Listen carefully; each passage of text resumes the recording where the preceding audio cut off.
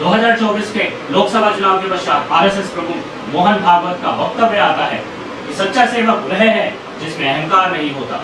इस चुनाव में मर्यादा का ध्यान नहीं रखा गया। मणिपुर अभी भी जल रहा है। आरएसएस प्रमुख के इन वक्तव्यों के आधार पे टीवी न्यूज चैनल पर इस प्रकार की चर्चाएं भी होती हैं। क्या मोहन भागवत आरएसएस स्वयं स्वीकार करते हैं कि भाजपा से जब वह सत्ता में थे भारी त्रुटियां हुई हैं, जिसके परिणाम अब चुनाव में परिलक्षित हुए। परंतु यहाँ प्रश्न यह भी उठता है कि यदि आरएसएस यह सब जानता था, ऐसे तेवर, ऐसी तीक्ष्ण प्रतिक्रियाएं पूर्व में क्यों नहीं दिखी जब वे सत्ताधीश थे पूर्ण बहुमत से? क्यों आज जब वे सत्ताधीश हैं गठबंधन की सरकार में ऐसी प्रतिक्रिया सामने आ रही है? आज इस वीडियो में हम इसी विषय पर चर्चा करेंगे। पश्चिम बंगाल में जब चुनावों के पश्चात हिंसाएं होती हैं, बीजेपी के आरएसएस के कार्यकर्ता मारे जाते हैं और केंद्र सरकार अपना संवैधानिक दायित्व भी निर्वहन नहीं करती है और हर नागरिक के जीवन के अधिकार की रक्षा करने में विफल रहती है। मोदी जी, आपको शर्म नहीं आती? क्यों हिंदुओं के घर जलाए जा रहे हैं? लोग राष्ट्रपति शासन की मांग करते रह जाते हैं, परंतु पश्चिम बंगाल में कोई राष्ट्रपति शासन नहीं लगता है। तब भी हमें आरएसएस से ऐसे ज्वलंत स्वर नहीं सुनने को मिलते हैं। मुकुल शर्मा के वक्तव्य के पश्चात पूरे देश में जो इस्लाम के नाम पे हत्याएं होती हैं, उस पर आरएसएस की ऐसी कोई तीक्ष्ण प्रतिक्रिया नहीं आती है। विपक्ष मोदी सरकार पे दबाव बनाता है कि आप मणिपुर क्यों नहीं जाते, परंतु आज जो आरएसएस ये कह रहे हैं कि मणिपुर जल रहा है, यह दबाव तब नहीं बनता जब वे सत्ताधीश थे पूर्ण बहुमत से।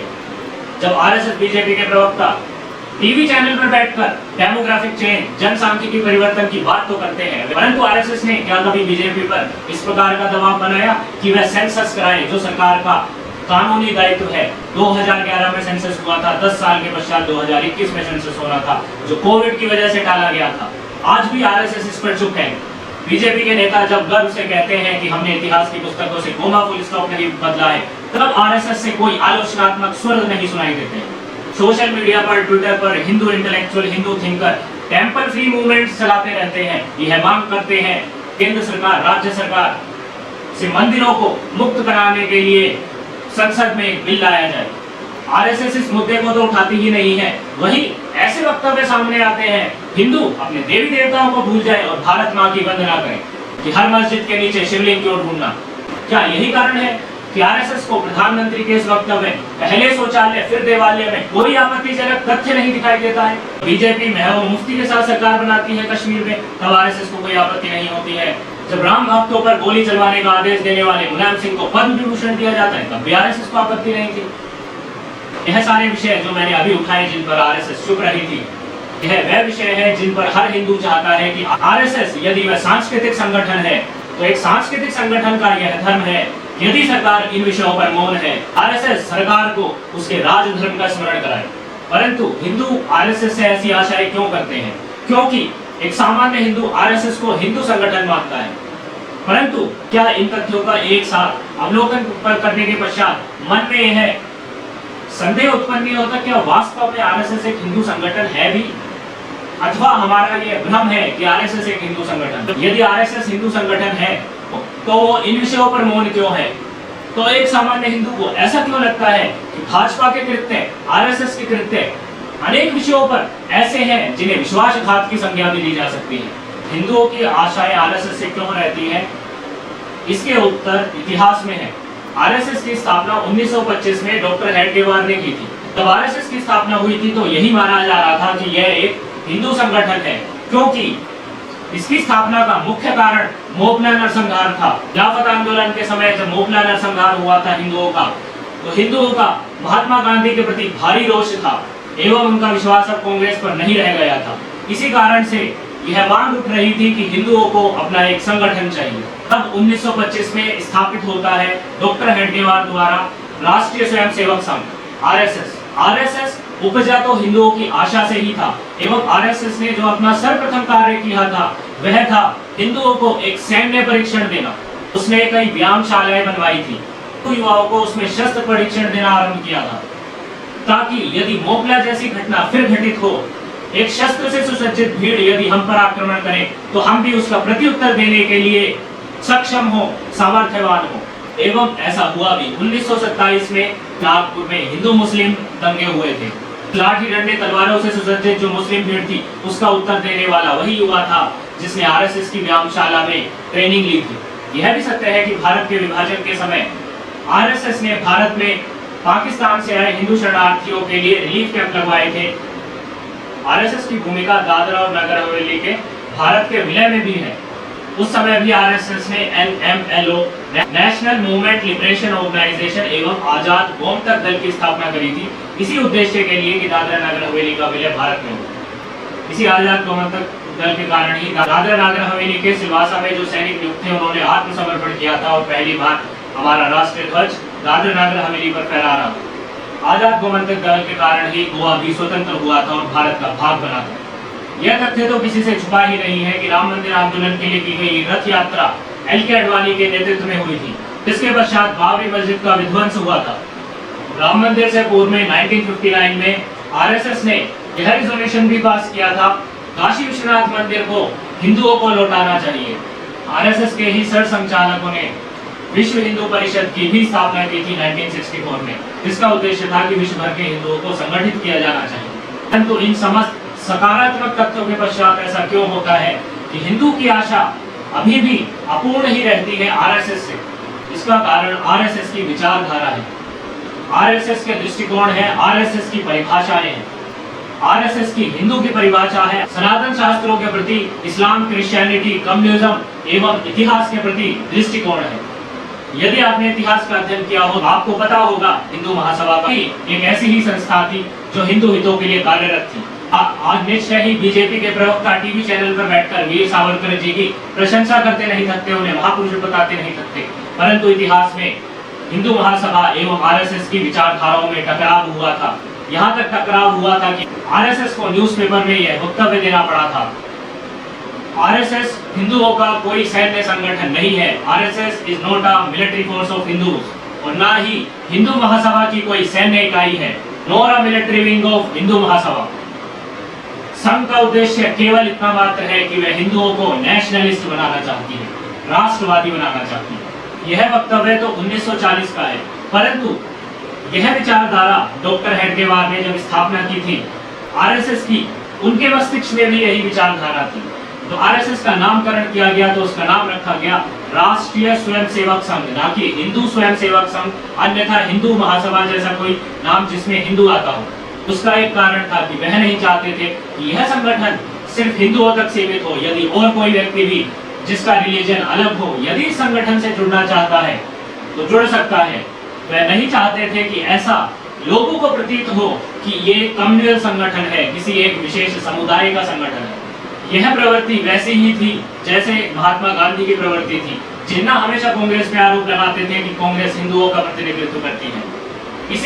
इसी के भय से कांग्रेस हमेशा यह दिखाने के लिए कि वह कितनी सेक्युलर है, मुस्लिम्स का अपीजमेंट करने का भी प्रयास करती थी, और उनकी यह वृत्ति दूसरों के सामने सेक्युलर प्रतीत होने की अभिलाषा स्वतंत्रता के पश्चात भी जारी रही। इतिहास साक्षी है कि जिनमें भी सेक्युलर प्रवृत्ति रही है उनमें भारत के इतिहास बोध का भाव रहा है। ना तो उन्होंने भारत के सनातन शास्त्रों का अध्ययन किया है, ना इस्लाम क्रिश्चियनिटी के शास्त्रों का अध्ययन किया है। तभी वे सभी रिलीजन्स को समान रूप से देखते हैं और यह आशा करते हैं कि यदि हम संगठन बनाएं, सिर्फ हमारे रिलीजन के लोग ही क्यों, दूसरे रिलीजन के लोग भी इससे जुड़े, चाहे उनके रिलीजियस टेक्स्ट हमें शत्रु ही क्यों ना मानते।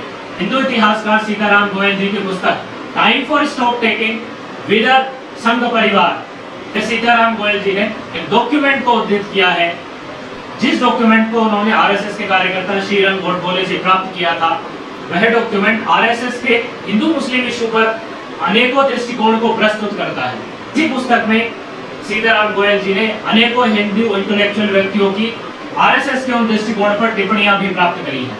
इन दृष्टिकोण को प्रोफेसर शंकर शरण ने अपनी पुस्तक संघ परिवार की राजनीति एक हिंदू आलोचना में भी प्रस्तुत किया है।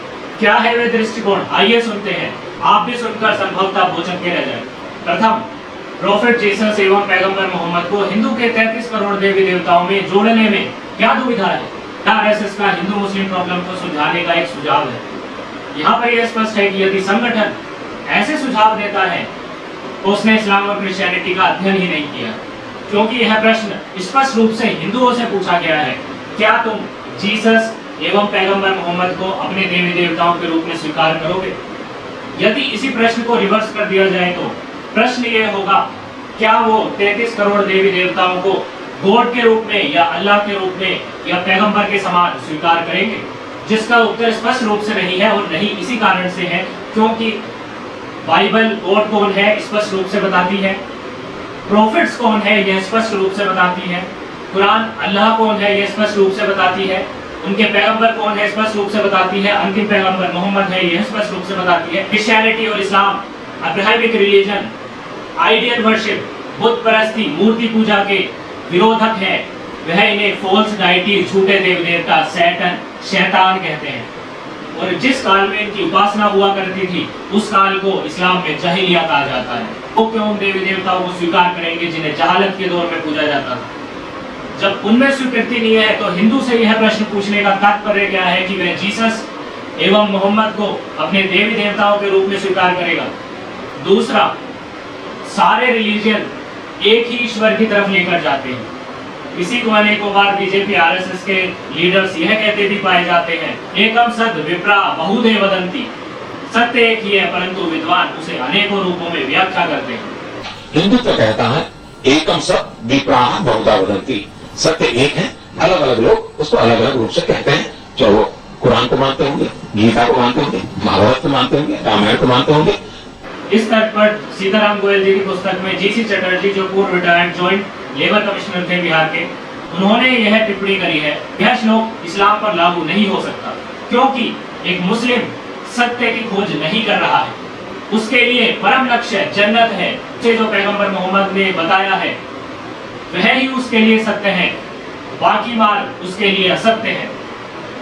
इसीलिए यह कहना कि सारे के सारे रिलीजन एक ही गॉड की तरफ ले जाते हैं, यह एक उस सिविलाइजेशन के लिए सत्य हो सकता है जो अनेकों मार्ग सुझाता है और सत्य की खोज में मनुष्य को प्रतिबद्ध करता है कि वह सत्य की खोज स्वयं करे जो मार्ग उसे उचित लगे। उन रिलीजन के लिए यह नहीं कहा जा सकता जो एक ही मार्ग सुझाते हैं और यह स्पष्ट कर देते हैं इस मार्ग को छोड़कर जो दूसरे मार्ग हैं, ना ही केवल वे असत्य है एवं उन पर जाना अपराध भी है, जिसकी सजा तुम्हें इस लोक एवं परलोक में भी मिल सकती है। इसी कारण से यह मानना धर्म संभाव में वसुदेव कुटुंबकम में इस्लाम क्रिश्चियनिटी भी आते हैं और आरएसएस का एक समादर अर्थात समान आदर करना, सर्वपंथ समादर मंच का गठन करना, इस्लाम जैसी एक ऐसी विचारधारा जो किसी अन्य विचारधारा को स्वीकार नहीं करती, हिंदू जैसी एक विचारधारा जो अन्य मतों को भी स्वीकार करती है, उन दोनों में समान आदर कैसे संभव है? हिंदू के लिए यह वसुधा उसकी कुटुंब है, परंतु जैसा B.R. अम्बेडकर ने कहा था, Muslim brotherhood is for Muslim and Muslim only. क्या वसुधैव कुटुंबकम जैसा सिद्धांत मुस्लिम ब्रदरहुड के समान आ सकता है? तीसरा दृष्टिकोण जो आरएसएस की सर्वाधिक मूर्खता का परिचायक है, भारत में जो भी निवास करता है वह हिंदू है क्योंकि उसके पूर्वज हिंदू हैं। भारत में रहने वाले हर व्यक्ति का डीएनए सेम है, ऐसा मोहन भागवत जी ने अनेकों मंचों से कहा। इस पर आभास चटर्जी, जिन्होंने the concept of Hindu nation पुस्तक का लेखन किया है, उन्होंने कहा है, क्या मुस्लिम यह नहीं जानते हैं कि उनके पूर्वज अरब के नहीं थे? क्या वे नहीं जानते हैं कि उनके पूर्वज हिंदू थे? क्या एक मुस्लिम यह नहीं जानता है कि पैगंबर मोहम्मद जिस परिवार में पैदा हुए थे वह एक मुस्लिम परिवार नहीं था? उनकी माता ने पैगंबर मोहम्मद की विचारधारा को नहीं अपनाया था और वे बुत परस्त थी। क्या वे यह नहीं जानते हैं कि पैगंबर मोहम्मद के चाचा अबू तालिब आजीवन भर बुत परस्त रहे थे, मूर्ति पूजक रहे थे, उन्होंने इस्लाम को नहीं अपनाया था? तो यदि एक मुस्लिम यह सब जानता है तो इस तथ्य का उस पर क्या प्रभाव पड़ेगा कि उसके पूर्वज हिंदू थे, इस कारण से वह हिंदू में कन्वर्ट हो जाए? उसके पैगंबर मोहम्मद तो स्वयं जानते थे कि उनके पूर्वज, उनके चाचा, उनकी माता बुत परस्त है, मूर्ति पूजक है, परंतु फिर भी उन्होंने उस दौर को जाहिलिया कहा, उन्होंने उन लोगों को जो मूर्ति पूजक है उन्हें जाहिल कहा। और इसी तर्क के आधार पे संघ परिवार यह सोचता है कि मुस्लिम्स की घर वापसी कराई जा सकती है, परंतु आरएसएस यदि कहता है, आज उतने प्रखर रूप से नहीं कहता है कि घर वापसी की आवश्यकता है, उसमें स्वयं विरोधाभास हो जाता है कि एक ओर वह कहता है कि घर वापसी की आवश्यकता है, दूसरी ओर वह कहता है भारत में रहने वाला हर व्यक्ति हिंदू है, हर धर्म समान है। यदि हर धर्म समान है, हर धर्म का समान आदर होना चाहिए, तो आवश्यकता क्या है इस्लामिक व्यक्ति, क्रिश्चियन व्यक्ति को हिंदुइज्म में कन्वर्ट करने की, यदि दोनों ही मानवतावादी है और उनसे राष्ट्र को कोई खतरा नहीं। Professor KS. लाल, जिन्होंने स्वयं पुस्तक लिखी है हु आर इंडियन मुस्लिम, जिसमें उन्होंने बताया है कि इंडियन मुस्लिम्स कन्वर्टेड हिंदू ही है, वह भी इस तर्क से सहमत नहीं है कि घर वापसी इस आधार पर हो सकती है कि यदि उन्हें बताया जाए कि उनके पूर्वज हिंदू हैं तो वह घर वापसी कर लेंगे। के.एस. लाल सीताराम गोयल जी की पुस्तक में आरएसएस के दृष्टिकोण पर टिप्पणी करते हुए कहते हैं, बेशक वे कन्वर्टेड हिंदू हो, परंतु उन्हें इस तथ्य पर गर्व है कि उनके पूर्वज अरब थे। भारत के जो कन्वर्टेड मुस्लिम है वह इस तथ्य को स्थापित करने के लिए अरबों के सरनेम भी लगाते हैं, जैसे कुरैशी, शेरवानी, बुखारी। वह इन तथ्यों पर शर्मिंदा नहीं होते कि बाहर से आए लुटेरों ने उनके पूर्वजों को जबरदस्ती कन्वर्ट किया। वह तो इस तथ्यों पर गौरवान्वित होते हैं, खिलजी ने हिंदुओं के साथ क्या किया, औरंगजेब ने हिंदुओं के साथ क्या किया। उन्हें इस पर शर्म नहीं है तो औरंगजेब ने, खिलजी ने जो किया वह हमारे पूर्वजों पर ही किया था। हाँ, एक विचारणीय विषय यह भी है कि पूरे विश्व भर में जो एक एक्स मुस्लिम मूवमेंट चल रहा है उसका आधार यह नहीं है कि उनके पूर्वज किसी और धर्म से थे जिन्हें किसी काल में कन्वर्ट कर लिया गया इसलिए वे इस्लाम छोड़ रहे हैं। वे इस्लाम इस कारण से छोड़ रहे हैं कि उनके आधार से इस्लाम विज्ञान का विरोधी है, इस्लाम तर्क संगत नहीं है, इस्लाम मानवता का विरोधी है। परंतु आरएसएस यदि घर वापसी की जिम्मेदारी लेती भी है, उसमें सबसे बड़ी त्रुटि क्या है? उसमें सबसे बड़ी त्रुटि यह है, आरएसएस ने अभी तक कोई इंटेलेक्चुअल फ्रंट नहीं खोला है इस्लाम के विरुद्ध, जैसा एक्स मुस्लिम्स करते हैं, क्योंकि आज भी वह एक सेक्युलर संस्था की भांति हिंदुइज्म को और इस्लाम को समान रूप से आदर देने का प्रयास करती है। इसी कारण से ऐसा हिंदू इंटेलेक्चुअल्स कहते हैं कि वह एक इंटेलेक्चुअल क्षत्रिय की तरह अभी तक नहीं उभर पाई है। एवं जो बौद्धिक लड़ाई है, जो हिंदुओं की बौद्धिक लड़ाई है, उसमें जो विचारक हैं वे आरएसएस के नहीं हैं, वे स्वतंत्र लेखक हैं। जैसे कि सीताराम गोयल जी ने अनेकों पुस्तकें लिखी है, the story of Islamic imperialism in history of Hindu Christian encounters. यहाँ पर यह प्रश्न अत्यंत महत्वपूर्ण है, यदि एक घर वापसी एक समाधान है तो उसके लिए एक आइडियोलॉजिकल फ्रंट तैयार करने के लिए आरएसएस के बौद्धिक चिंतकों की क्या भूमिका होगी। आरएसएस में एक बौद्धिक ब्रिगेड है, लेकिन वह बौद्धिक ब्रिगेड क्या करती है, उसने कितने चिंतक पैदा किए हैं, उसने कितने विचारक पैदा किए हैं, इस प्रश्न का उत्तर आरएसएस को देना चाहिए। सर्वपंथ समाधान मंच एवं मुस्लिम राष्ट्रीय मंच आरएसएस में खोलने से अच्छा तो यह होगा कि वह इस्लाम और क्रिश्चियनिटी के जो अमानवतावादी सिद्धांत हैं उनके विरुद्ध एक आइडियोलॉजिकल फ्रंट खोले। जिहाद क्या है, मुशरिक कौन होता है, मुनाफिक कौन होता है, काफिर कौन होता है, इस्लाम में मूर्ति पूजा का क्या दृष्टिकोण है, इस्लाम में स्त्रियों के सम्मान का क्या दृष्टिकोण है, इन विषयों पर अपने चिंतक पैदा करें। इन विषयों पर एक बड़े स्तर का आइडियोलॉजिकल फ्रंट खोले। स्वयं पॉलिटिकली करेक्ट बनने का प्रयास न करें, परंतु यह सब तो तभी संभव है जब आरएसएस ने स्वयं उन पुस्तकों का अध्ययन किया होगा। अगर वह स्वयं ही यह मानता है कि सूफी इस्लाम से अलग होते थे, सूफी शही शुरू होते थे, तो इसका अर्थ यही है स्वयं उसे नहीं पता कि औरंगजेब सूफी था। अंततः मैं यह आशा करता हूं कि आपको यह स्पष्ट हो गया होगा कि क्यों ऐसा होता है कि आरएसएस एक हिंदू सांस्कृतिक संगठन तो प्रतीत होता है, परंतु हिंदुओं की जो उससे आशा है वह पूर्ण करने में विफल रहता है। क्यों ऐसा होता है कि बीजेपी जो उसका एक राजनीतिक संगठन माना जाता है, तब वह सत्ता में होता है, वह भी हिंदुओं की आशा को पूर्ण रूप से क्रियान्वित करने में, से कानून का रूप देने में असमर्थ रहता है, क्योंकि त्रुटि बौद्धिक स्तर पर है। उसके दृष्टिकोण, उनके दृष्टिकोण में एक सामान्य हिंदू के दृष्टिकोण में भेद है। इस विचारधारा के अभाव में ही ऐसा होता है कि बीजेपी सरकार में आती है, माइनॉरिटीज के अपीजमेंट के लिए स्कीम भी लाती है। मोदी जी खोजा बोरा कम्युनिटी में जब जाते हैं तो वह यह भी कहते हैं मैं आपके परिवार का सदस्य हूँ जी, वह सूफीवाद की दुहाई भी देते हैं। परंतु इसके प्रतिफल के रूप में जब चुनाव के नतीजे आते हैं, जिन क्षेत्रों में मुस्लिम बाहुल्य है वहां उनका एक भी कैंडिडेट विजय नहीं पाता है, क्योंकि दूसरे पक्ष में क्लैरिटी ऑफ माइंड है।